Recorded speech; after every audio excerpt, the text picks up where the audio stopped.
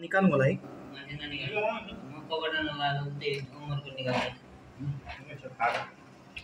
ल हाम्रो अमर सर चाहिँ यहाँनिर मकै खाँदै हुनुहुन्छ। सर, अमर सर तपाईँलाई कस्तो लागिरहेछ अहिलेको यहाँ मलेसियाको मकैको स्वाद कस्तो हुँदो रहेछ सर? यो चाहिँ नेपालमा खाए जस्तो भइरहेछ, अर्ग्यानिक एकदम। यहाँ अर्ग्यानिक पाइँदो रहेछ।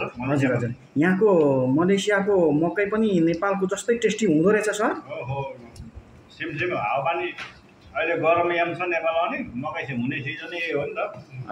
त्यही भएर है यो हावापानीले पनि साथै भएर टेस्टी हुँदो रहेछ है, होइन? एकदमै खुसी लाग्यो तपाईँको व्यस्त समयलाई दिएर 2-4 शब्द चाहिँ नि बोलिदिनु भएकोमा, तपाईँको कुरा राखिदिनु भएकोमा। अनि यता धन्यवाद, तपाईँलाई पनि हार्दिक स्वागत छ। अनि यता हाम्रो इन्द्र सर हुनुहुन्छ। तपाईँलाई चाहिँ कस्तो भइरहेछ अहिले मकै? यो चाहिँ नि हाम्रो चाहिँ नि नेपालको जस्तै मजाले चाहिँ खाँदै हुनुहुन्छ मलेसियामा? खासै भिन्नता देखिन नेपालको र यहाँको लगभग सेम सेम हुँदो रहेछ। स्वाद उस्तै हुँदो रहेछ, मिठै हुँदो रहेछ नेपालको जस्तै? एकदम सही, उस्तै हुँदो रहेछ सर। धन्यवाद तपाईँलाई पनि, तपाईँको यस्तो व्यस्त समय पोली खाने सिस्टम छैन दिएर, होइन भन्नु मैले, होइन? यहाँ मलेसियामा पोली खाने सिस्टम नभएर हामीले यसरी खान लाग्यो है। ल ठिक छ ठिक छ, एकदम चिल लाग्यो, एकदम राम्रो रहेछ गाई।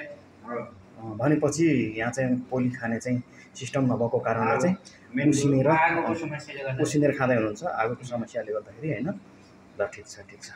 यता यहाँनिर चाहिँ मकै राखिराखेको छ, होइन?